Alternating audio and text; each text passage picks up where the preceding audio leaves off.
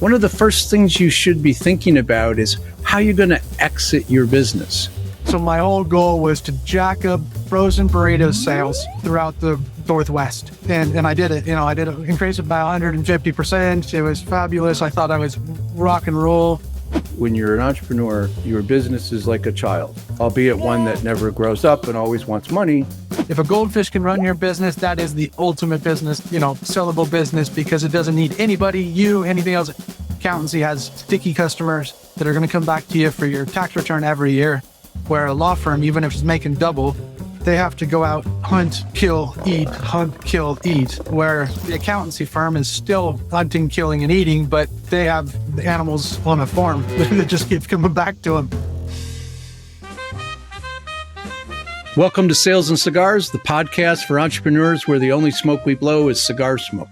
I'm your host, Walter Crosby, and this episode is brought to you by the Sales Integrator. Crush your sales obstacles with the Sales Integrator. If you've started a business, it's probably one of the reasons why you're listening to this podcast. One of the first things you should be thinking about is how you're going to exit your business. My guest today is BD Dalton, and that is what we discuss. Specifically, we cover 6 levers that you can start to think about so that you can grow and sell your business. BD and I discuss the foundations needed, the building of the team, and the amplification of everything that you're doing to make the business be worth more at your exit. BD's a sales guy who's sold many products, from frozen burritos to cigars. So go grab a cigar, grab a cocktail, strap in for another useful episode of Sales and Cigars. Thanks.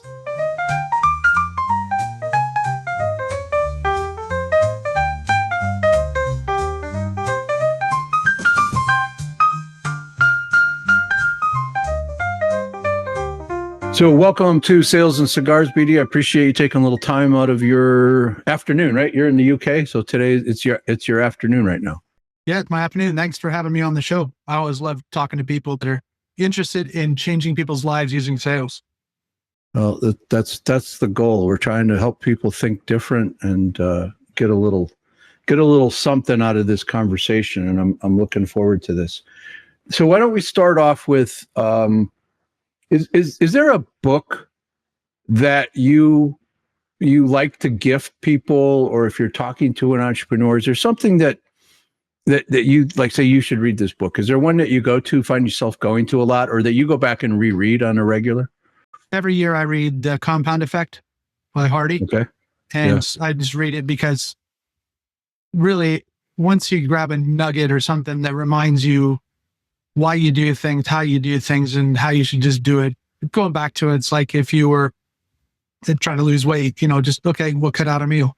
So I go back to Hardy and The Compound Effect because that's what gets me back to basics. You do that at the end of the year or the beginning of the year? Great question. I do it because I was in sales for so long, as to everything started off on January 1st. I do it in December because every year you started new. You knew you were going to make it, but you started off every year in this, January 1st, you started off at 0. So I needed to have that kick up the backside to say, here's the start again. Well, that's great. You did it before when you were doing your planning and you had to start over, and you said something that not everybody thinks, right? That I knew I was going to do it. Right. And yeah, we talked to a lot of salespeople, and some of them lack that level of confidence. And I've always looked at that as what do I know I got? Right. From that planning point of view, what do I know that's coming, and just kind of do the sales math and figure out, man. So if I got a $5 million goal and I know I got 3.5 coming in, my sales goal is $1.5 million. I can do that standing on my head. It just makes things so much more manageable, and we don't get ourselves overworked. But I love the confidence. So when you were 10, you probably didn't think you were going to be doing what you're doing now. So tell us a little bit about your entrepreneurial journey to get to your goal, where you are. The entrepreneurial journey, I love selling stuff, Boy Scouts, door to door, all that type of stuff, but nobody cares about that really. I really figured out that I wanted to sell and engage with people and change things when I worked for Walmart. I work for McLean Industries, which works for Walmart, but we sell to convenience stores. And so I started selling right out of the warehouse. So I went, they paid for my university. They paid for me to go to private university, and I went and had a great time, but worked for them the whole time. And I came out and started looking at how you could sell. And the first campaign I built was around burritos, frozen burritos. So seriously, I called it October Fiesta. So I went out and tried to jack up. So my whole goal was to jack up frozen burrito sales throughout the Northwest. And I did it, I did it, increase it by 150%. It was fabulous. I thought I was rock and roll, and then tried to reproduce that in candy or something else, and it just didn't work. So I was like, okay, I'm good at this, and then I'm not. So really working through that. And then I sat down I was supposed to, with Walmart, get shipped to Argentina to help them with their distribution and sales and all that type of stuff, because I speak Spanish, lived in Spain for a year out of high school. And so I thought, wow, I'm going to use my business degree and my Spanish and conquer the world. And then they shut down the program. And so I was like, okay, well, I need to find something else, because this selling candy is just not for me.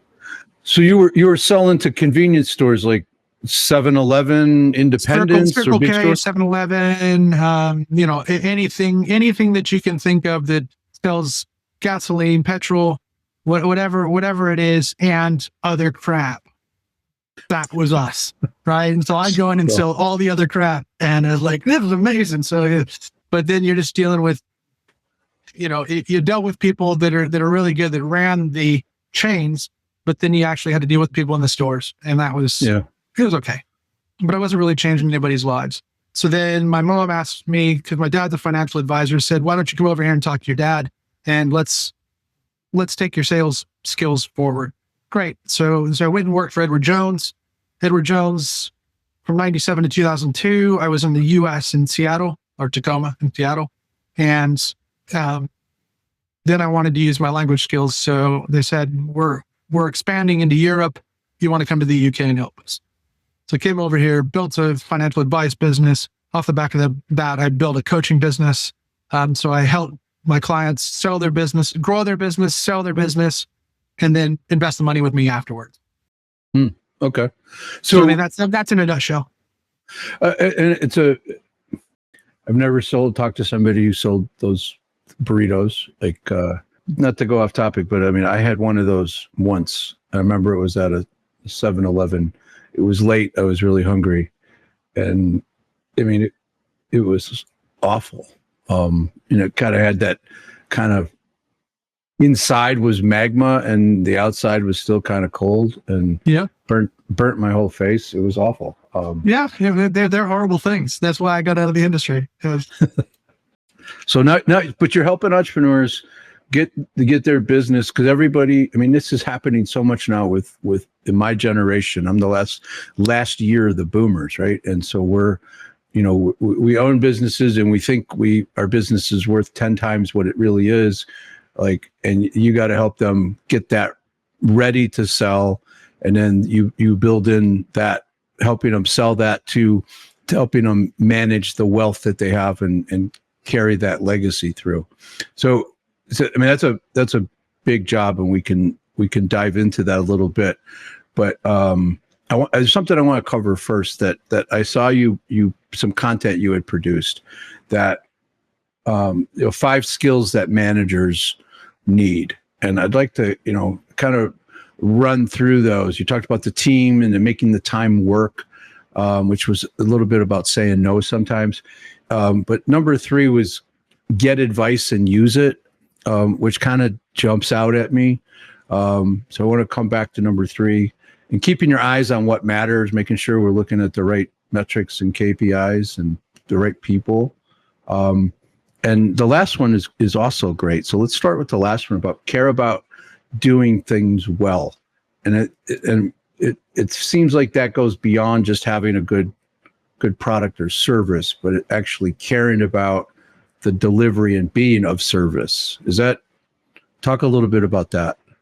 Well, if you believe that your solution, your product, your whatever else it is really going to change somebody's life, then be there for the whole generation that does.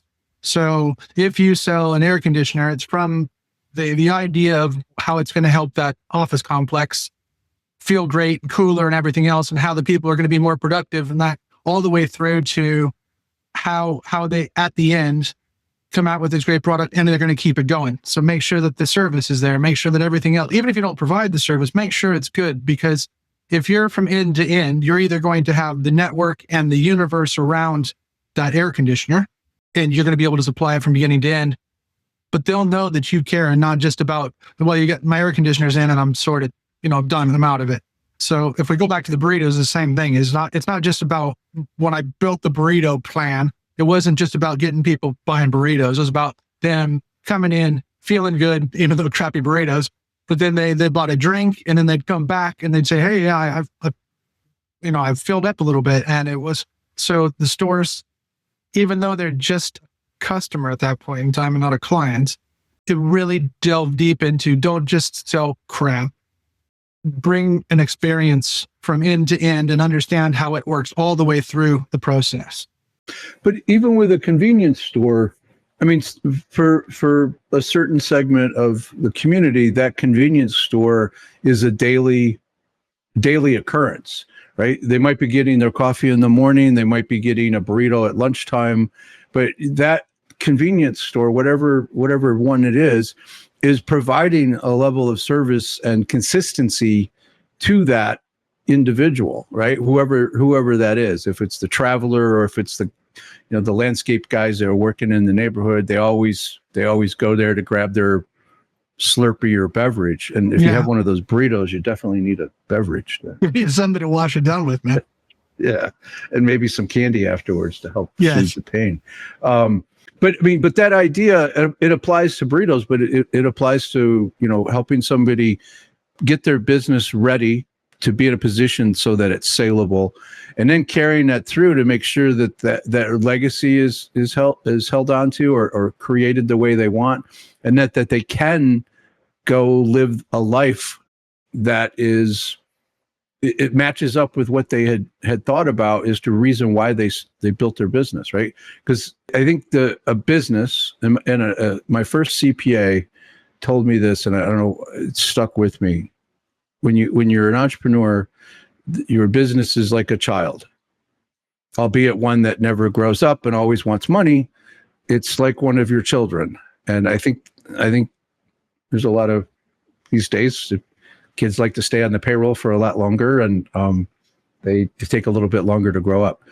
So, I mean, talk a little bit about that as it relates to your business, because that's how you really help people. You get them to a point where they can sell a business, but then they retire and still can be productive and do the things that they want.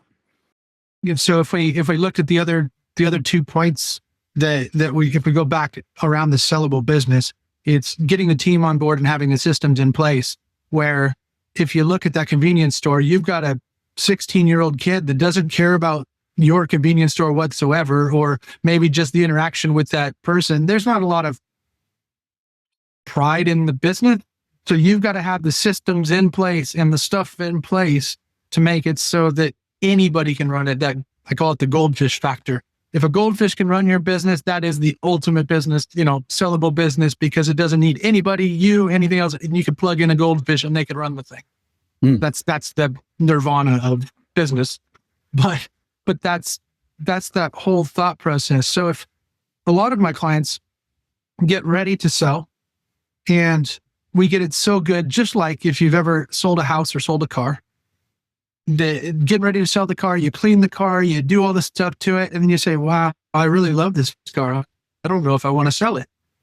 Or your house, you've cut the grass, you've done everything else, you painted it, it looks great, it smells great every time you come home, it smells like fresh cookies, and it's like, why do we move it?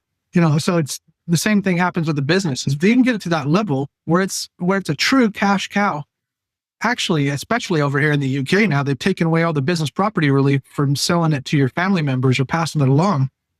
You might want to actually just keep it running instead of selling it. You just keep it going and move it along. So it's really getting that systematic approach to that item, which also, I just helped a client sell their business for 150% more than they thought they were going to get. So 50%, so another half as much as they thought they were going to, just by putting the systems in place.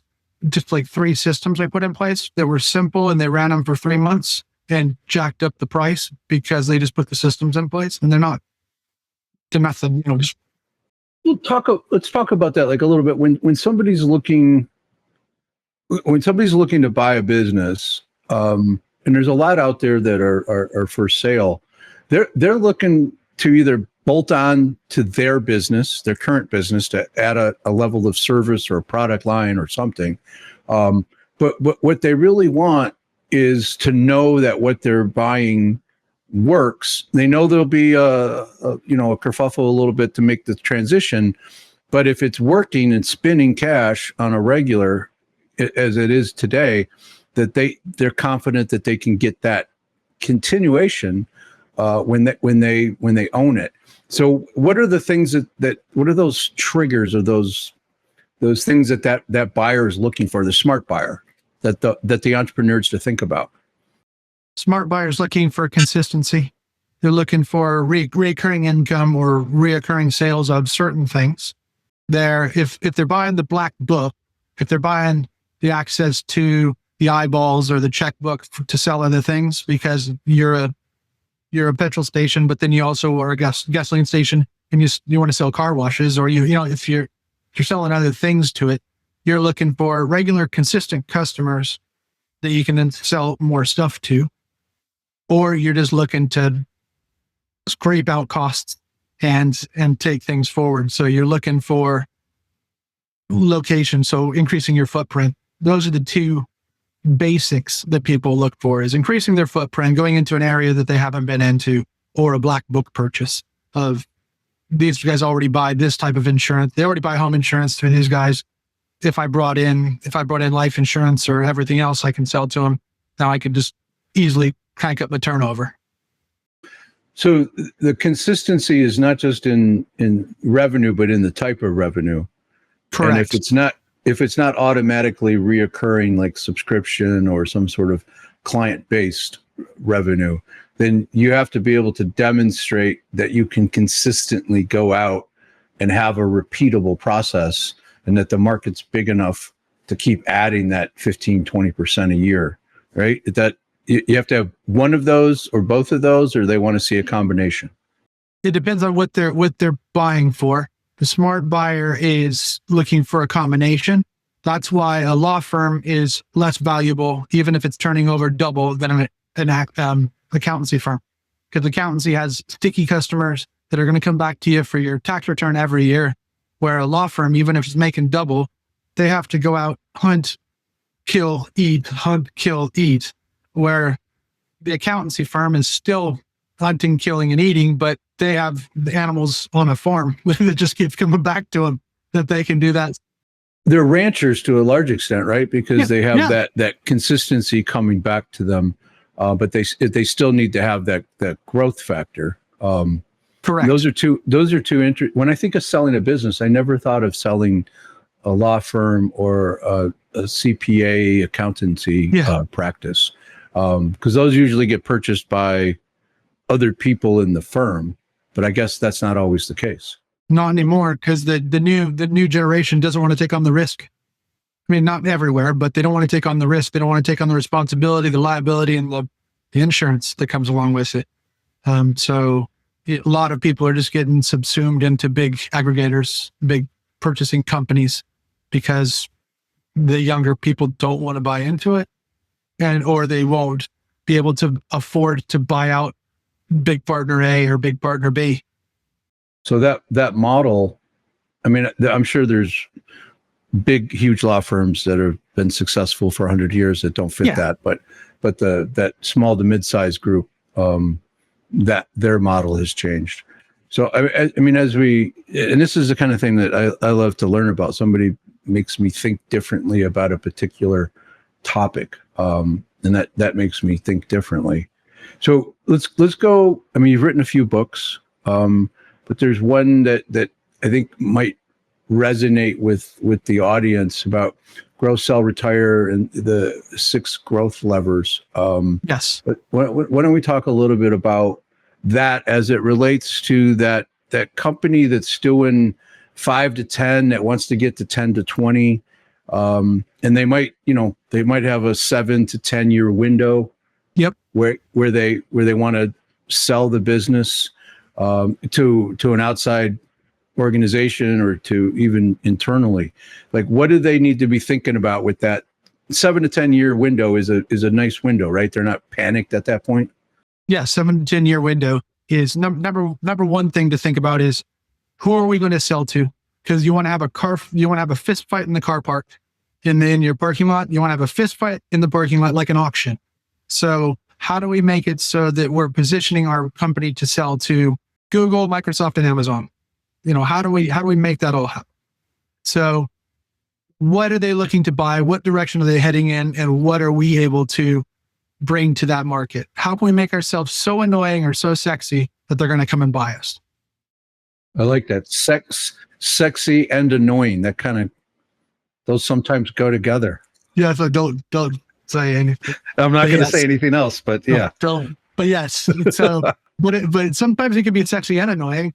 But if you're sexy or annoying in that scenario, they're going to say either we're going to buy them to get them out of our way, or we're going to buy them because we can piggyback off of them. They have a foundation. They have whatever else that we can take on. And once you do that, then you can figure out what those guys are buying. So if you're selling to Salesforce, you know exactly how they're purchasing and what they're going out and buying for a software as a service company. So you know what they like, you know what they're doing. So how do we imitate the people that they bought? So imitation game is perfect in this scenario. If you're 5 to 7 years out, that's what you want to do. It's very similar to, when I start working with a client where, like, who's your customer? And they rattle off like 16 vague things, right? It doesn't have any clarity. And then, like, okay, so this is where we need to start. We need to know who your ideal customer is, why they buy, what their problems are. So it's very similar. Like, we need to know what our exit is, like who that organization is going to be, and then build it to reach that.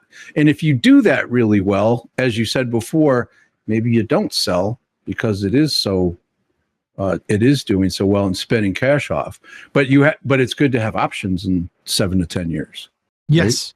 It's always good to have options in 7 to 10 years. And the other way that we can get to a goal is to have it and know which direction we're going. So that's that thing that you and I always teach people, I'm sure. And that client avatar, or whatever you want to call it, all we're doing now is creating a buyer avatar, if you want to call it that. My client avatar is Dave Smith. Dave Smith is a 56-year-old business owner that doesn't want to pass it on to his kids because he's trained to be an accountant and a lawyer, and they don't want his manufacturing business. So how come I getting out of here? And he goes to trade shows 5 times a year, and he does this, and he hates traveling, and he never networks. And so that avatar's there. But if you can do the same thing for buying, and that's why I use these big purchases that you see of mergers and acquisitions, because then you can start to mirror it on the big guys, and you can start to then scale that down to how does that affect my business today? So when we start looking at the levers, you got magnetic, amplification, and foundation. Foundation is exactly what it is. It's your systems in your team. So that's your CRM, your other back office systems, and the team and how they're taught to work with you and your clients. So just pause there just for a second. Okay, I want to go back. Your avatar, your ICP. Yeah. Are you communicating that to the team? Because you've got a team you trust. You've built a team that there's trust going back and forth. How clued in are they in that idea? Like, we're trying to get this so that they understand that 7 to 10 years, that's the guy that's going to pick up the company or the organization that's going to buy us. How much do you share with your team that's what your goal is? I don't share that with my team in this case because it's what I'm positioning the stuff to be. So then I take and turn that back into the actual 6 levers. So I just turn it into here's how we build the business better. It's not here's how we build the business better so we can sell it to Google. It's literally about just building better business and how that impacts them. And this is where, as sales leaders, we need to know if we bring in and I can market better to the right types of clients, you will have less no sales, you will have less blank calls, you will have less marketing, you will have less travel, you will have less da. So if I can tell you as a salesperson, if we can get this right and we can create Dave Smith, your 5 million target at 3.5 is only 2 Dave Smiths. So as long as I can create this thing for you, this hook, this carrot, let me help you do that. But I can only help you do that if you help me do this.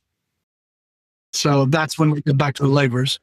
Yeah. So you go back to the levers. And so the next one in your framework is what? So the first one, foundation. Second one's magnetic. So you need to have your thing, your USP, whatever you want to call it, your thing. You have to solve this problem for Dave Smith, the ideal client.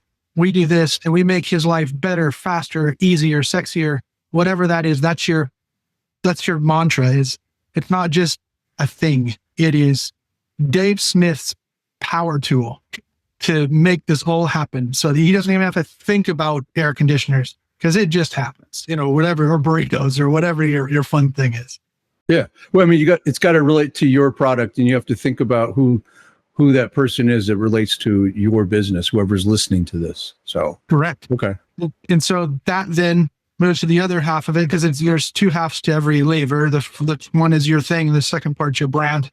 So your brand then resonates with the real thing or whatever your thing is, the cool people, the cigar guys, whatever else it is. It's just people just instantly, when you walk out of the room, they go, gosh, I need a sales coach. And they think, where's Wayne?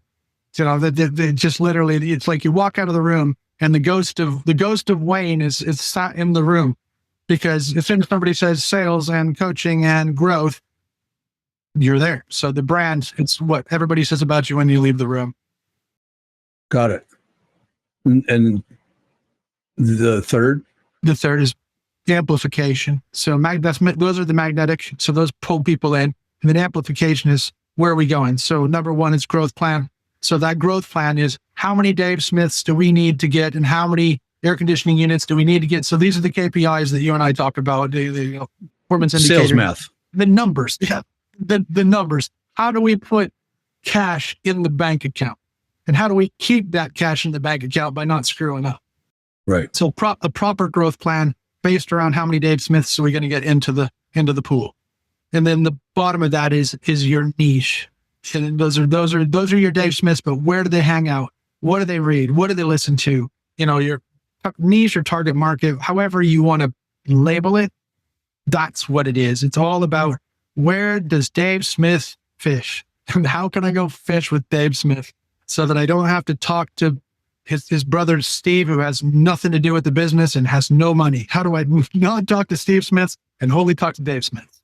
Exactly. Okay. So we got foundation, magnetic, amplification. That's it. So if you have a short period of time and you need to increase, so if you're going to sell your business in 2 years, the only things you need to figure out from my maths is your growth plan, your systems, and your thing. So if you only have 2 years, you can't do this, the bottom half of the levers, because you can't really build an amazing team in 2 years that eats, breathes, and does the culture. You just can't. If you have 7 years, you can build the team, do all that stuff. You really can't build a brand in 2 years because it takes a long time for people to go out and say, yeah, the stuff that Wayne sold me, that worked. And it's not going to happen in less than 2 years. And a niche or a target market, you can kind of get there, but they're not going to know you because there's so many people probably running around in your lake, in your pool. It's just noise. So if you've got a short amount of time, you focus on growth plan because you need to figure out where Dave Smith's hanging out. You get your systems right because that's what somebody's going to buy. And then you get your thing right because you want somebody else to come in and go, you've got people buying your thing, whatever that thing is, the air conditioning, the whatever else it is. And we want that. So but that thing, I mean, we could almost take the thing off the table, right? You always got to be looking at it, but it's table stakes. If you don't have a good product or service that's functioning, that is stable, that is providing significant value, you probably don't deserve a seat at the table. I don't typically disagree with my podcast hosts, but the only thing is I sold a bunch of crappy burritos. And so sometimes it's how the thing is delivered, where it's delivered, and what it's replacing. So sometimes we can sneak in there with some crap. QVC sells a bunch of crap. T-Mail sells a bunch of crap, but people are still buying it. It's like crap. So if your Dave Smith is the person that forgot to buy their wife whatever, and they're on their way home to their anniversary, and he's only got 50 cents left over to do whatever, and he needs to buy the flowers and eat something, he's going to buy that 50-cent burrito because it's the other thing that he's buying. So you don't always have to be the best thing. I mean, and I agree, right? The crappy burrito thing is true, but and QVC, but that's B2C. Yeah. Does that still hold true? And I mean, it's a legitimate question. Do you think that still holds true in the B2B world? I think it holds true in the B2B world when it's just annoying enough or just bad enough where you would lose face or have to go out and buy a much more expensive item and admit that you were wrong. So some people, versus admitting they were wrong, or admitting they had purchased something improperly or less than perfect or whatever, will just live with it. So you bought that chiffon colored suit to wear to work, thinking that it was really cool on the guys in Dumb and Dumber, and this, I'm going to set a trend. And you get to work and you're like, nobody likes this and everybody's laughing at me, but I bought it. I got to wear it, man. So sometimes people will not get around there. Yeah, you're describing the status quo, reason why somebody in the B2B world stays where it is, right? Because it's too hard, too risky to move. And the idea that they'll save face, they're more willing to stay where they are and save face rather than admit a mistake and do the right thing, right? So I get it. And I appreciate you pushing back on my idea, because that's an important topic. It's an important idea for the audience to hear. So you've dropped a bunch of really great ideas here. Where do they get the book? Where do they go to get more of you and learn more about what it is that you're doing? I'm all over LinkedIn. I'm BD Dalton the second. You can, if you track me down, I'm the only person out there with initials on and second after my name that I know of. But the website is rockfine, like rock as in rock and roll, and fine as in pretty good, fine.co.uk. But you can find that through my LinkedIn, but I am in the UK, even though I'm very American. And then the last thing is I have a podcast called Grow, Sell, and Retire, just like the books. And they can go over there, and I've had some, just like Sales and Cigars, I've had some fabulous guests on that have, from Jay Abraham to Nir Ayal to just all sorts of fabulous people. And just like you, Wayne, I learn something every time I have a guest on the show. And it's a selfish, guilty pleasure, because I get to have a radio show where I get to bring on cool people and they tell me cool stuff that I write down and use every day. And that's part of the joy here, is we get to learn. And all of those links, the LinkedIn website, the website, everything will be in the show notes, so people can easily go click on that. So last question I ask everybody: any relationship, past or present, with cigars? So I told you I work for Walmart, or McLean. I'm sat in Reno, Nevada, in a upstairs penthouse loft, and in walks 4 of the Cleveland Browns that they've hired to hang out and do this stuff. And these guys are playing Cleveland Browns in the mid 90s. And they sit down with me, and Walmart, McLean, we sell lots of stuff. So I'm there with the Swisher family. So the Swisher Cigars, Swisher Sweets, all that stuff. I'm there with the Swisher family and a bunch of the Cleveland Browns. And I am a 25-year-old junior guy that was running Alaska or Oregon, Montana, all this stuff. And I'm sitting there going, I'm smoking cigars with the Cleveland Brown and the Swisher family. And so it pretty much, I wasn't a big cigar smoker, but when you're sitting with the family, it'd be like turning down the Coors family. If you're sat there and they hand you a beer and you say, "Oh no, I'm not drinking, sorry." So they hand you a cigar and you're sitting there with the Cleveland Browns smoking cigars with the Swisher family. So I got my start selling stuff, and some of that stuff was really good. Not really good. Swisher's not good cigars, but some of the stuff that the Swisher family brought in from different places was amazing. So what's amazing is that like, I'll be perfectly candid. If somebody brings a Swisher Suite into the golf cart I'm sitting in, and I'm like, I ask them to switch seats with the other cart, right? Yes. Just that I don't, that's a cigar that just has a certain odor to it, aroma to it that doesn't fit my nose. I'm a little, maybe call it arrogant or whatever. Yes. But Tommy used to play golf with me, and he always had a box of those with him, and he did it just to annoy the shit out of me. All right. Well, if you're gonna make money, if you're gonna beat you at golf, you got to start annoying you from the first tee. He wasn't that smart. It wasn't a head game with him. He was just trying to be annoying. But they sell a ton of cigars, right? In those convenience stores. I mean, they're obviously doing well. It's a cool story. But being 25 years old and sitting in a meeting like that, like you kind of like look around like, what am I doing here? Is that part of the thinking? I was baffled. I was just like, well, whoever imagined sitting with pro NFL players and the family that's running a at that point in time, still multi-$100 million business. Just me, who am I? So that's the relationship of sitting there going, wow. And then I came over here to the UK and member of a couple of different dining clubs, men's clubs, or whatever you want to call it. And at that point in time, 2002, we were still able to smoke inside. So there would be people hanging out in the smoking rooms downstairs and playing snooker, billiards or whatever you want to call it. Not pool, but the big tables. And smoking cigars and hanging them, drinking gin and tonics and smoking cigars and whiskey. And it was like, okay. So it still rings true. And most of the clubs that I'm a member of, the libraries still smell there's a lingering odor of cigar smoke and pipe smoke still in the books. But they don't let you got to be in a tent outside these days, right?